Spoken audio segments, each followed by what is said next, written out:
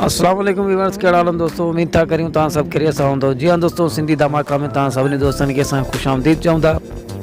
ऐं जेको बि दोस्त असांजे चैनल ते नओं आहे उहो असांजे चैनल खे सब्सक्राइब करे। अगरि तव्हांखे असांजी हीअ वीडियो पसंदि अचे त असांजे वीडियो खे लाइक ऐं शेयर ज़रूरु कंदा।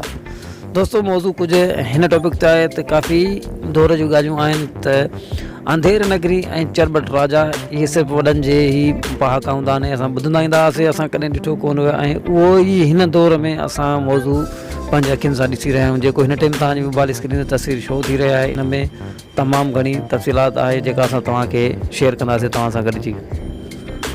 जीअं दोस्तों, जीअं त लाड़काणे जे रहवासू रुस्तम कांदड़ो मज़दूर तबिके सां तालुक़ु रखंदड़ शख़्स आहे ऐं उन ते उन बाग लाड़काणे बाग मां को गुल पटियो। हिकु पटे ॿ पटे गुल पटण ते हुनखे लाड़काणे जे वॾेरे फरमान अली अबड़े साहब जंहिं पंहिंजे साथियुनि सां गॾिजी करे हिन खे कपिड़नि खां आजाणो करे खेनि उन ग़रीब ते तमामु घणो तशदुद कयो ऐं उनखे तमामु घणी मारियो वियो।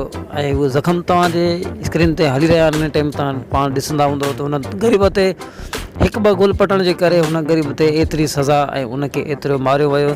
छा असांजे सिंध में इहो ई रवाज़ु पियो हलंदो? वॾेरनि जी हुकूमत तमामु घणी ग़रीबनि ते घणो असरु पवंदो आहे ऐं ग़रीब तबिको आख़िर वञे त वञे काॾे।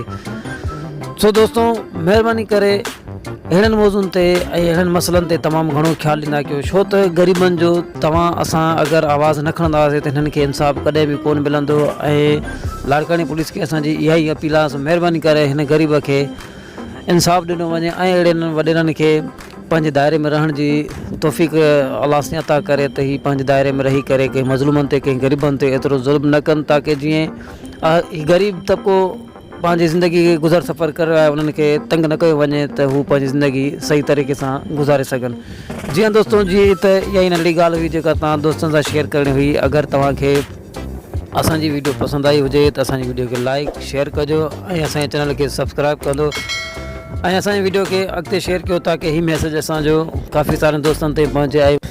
ठीकु आहे दोस्तों, त नेक्स्ट वीडियो ताईं ॾींदा असांखे इजाज़त ऐं दुआ में यादि कंदा।